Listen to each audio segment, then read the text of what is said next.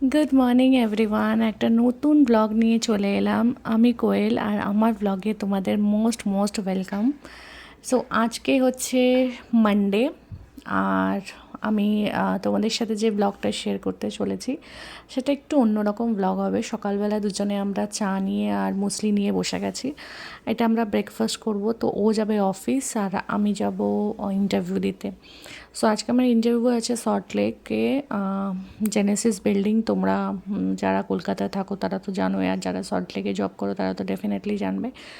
তো ওখানে একটা কোম্পানি দেওয়া ইন্টারভিউ আছে। সো 11:30 থেকে 2টোর মধ্যে ইন্টারভিউ। তো আমি রেডি হচ্ছি ওখানে যাব বলে। আর তোমরা তো জানোই, তোমাদেরকে আমি তো শেয়ার করেইছি যে আমি জব অলরেডি লেফট করেছি। তো নতুন করে মাইন্ডসেট করেছি যে এবার একটু মানে ভেবেচিন্তেই ঢুকবো, তাই জন্য একটু সময় নিচ্ছি। এখন আমি জাস্ট ইন্টারভিউগুলো দেবো, সিলেকশন হোক বা না হোক, বাট ইন্টারভিউগুলো দিয়ে যাব। বাট তোমাদেরকে আমি শেয়ার করি, সেটা হচ্ছে এখানে যে আজকে আমি ইন্টারভিউ দিতে যাচ্ছি, মানে মানডেতে, ইভেন টুইসডেতেও আমার ইন্টারভিউ হয়েছে। এটা আরেকটা ডিফারেন্ট কোম্পানিতে। তো সেখানে দুটো ইন্টারভিউ আমার খুবই ভালো হয়েছে। মানে বলতে পারো আমি যাওয়ার সময়, ইন্টারভিউ দিতে যাওয়ার সময় না, অনেক দিন যেহেতু কোনো ইন্টারভিউগুলো দিইনি, ফেস করিনি, তো না একটা ভেতরে একটা নার্ভাসনেস ফিল করছিলাম, আমি কি জানি কেমন হবে বা কীভাবে কী করব। বাট আমি না যাওয়ার সময় আমার বজরংবলীকে বলে গেছিলাম যে আমার সিলেকশন হোক বা না হোক আমি জানি না, বাট আমি যেন ইন্টারভিউ দিয়ে স্যাটিসফাইড থাকি যে হ্যাঁ আমি আমার সাইড থেকে 100% দিয়েছি। আর বিশ্বাস করো, আমি ইন্টারভিউ দিয়ে এত খুশি হয়ে গেছে আজকের দিনে। তোমরা হয়তো একটু পরে যখন আমি ইন্টারভিউ থেকে আসবো, আমার ফেস দেখেই তোমরা বুঝতে পারবে যে আমি কীরকম গ্লো করছি, কতটা স্মাইল আমার ফেসে, কারণ আমি খুবই স্যাটিসফাইড ইন্টারভিউটা দিয়ে। আর টুইসডেতে মানে মঙ্গলবার দিন আমার যেখানে ইন্টারভিউ ছিল, আমি আজকে তোমাদের সাথে যে আমি ভয়েস ওভারটা দিচ্ছি সেটা হচ্ছে বুধবার দিন। তো একটু পরে আমি ব্লগটা আপলোড দেব। তো মঙ্গলবার দিন যেখানে আমার ইন্টারভিউ ছিল সেম জায়গাতেই, কিন্তু অন্য একটা বিল্ডিংয়ে। বিল্ডিংটার নাম হচ্ছে অম্বুজা বিজনেস টাওয়ার। তো এটাও তোমরা জানবে যারা তোমরা সল্টলেকে জব করো।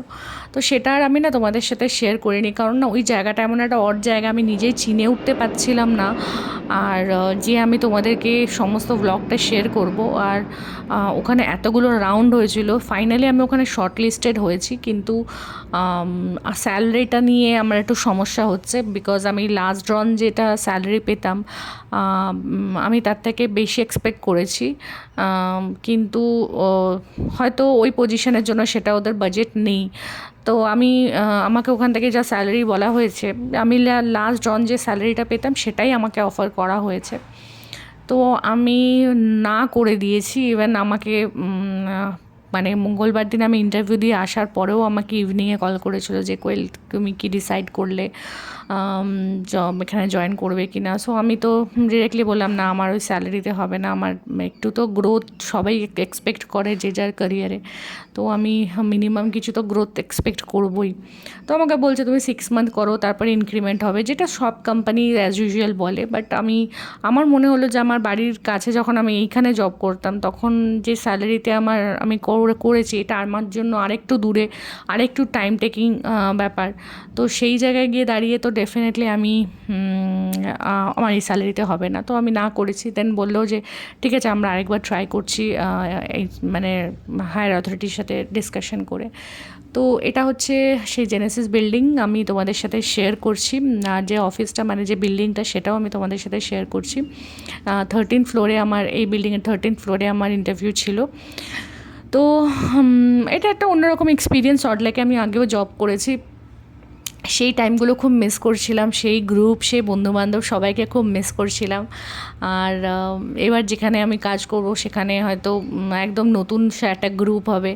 তো কিন্তু সেই পুরনো গ্রুপ, সেই অফিসে কাজ করতে করতে মজা আনন্দ করা, ওকে লেগ পুল করা, ওকে লেগ পুল করা, এগুলো না খুব মিস করছিলাম।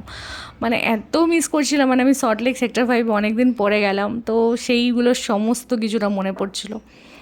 তো যাই হোক, তোমাদের সাথে তো আমি সবটাই শেয়ার করি, আমার আপস অ্যান্ড ডাউনস, এভরিথিং। আমার লাস্টকে যে কোম্পানি আমি জবে জয়েন করেছিলাম সেই ইন্টারভিউ সিলেকশন, সেই প্রসেস, এভরিথিং আমি তোমাদের সাথে শেয়ার করেছি। তাই ভাবলাম না, আমার এই জার্নিটাও তোমাদের সাথে আমি শেয়ার করতে চাই, কারণ আমার সমস্ত কিছুতে তোমরা ছিলে, তোমরা দেখেছো, সব কিছু সাক্ষী তোমরা।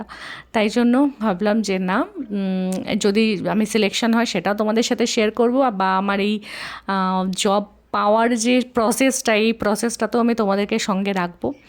তাই তোমাদের সাথে সবটা শেয়ার করা।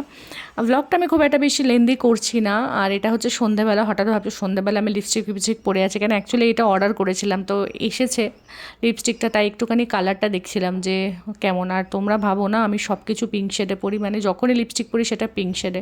অ্যাকচুয়ালি আমার না পিঙ্ক শেডটা খুব ভালো লাগে, মানে একটা ন্যাচারাল লুক লাগে, মানে আমার ওই খুব বেশি লাউড কালার আমার একদম পছন্দ না।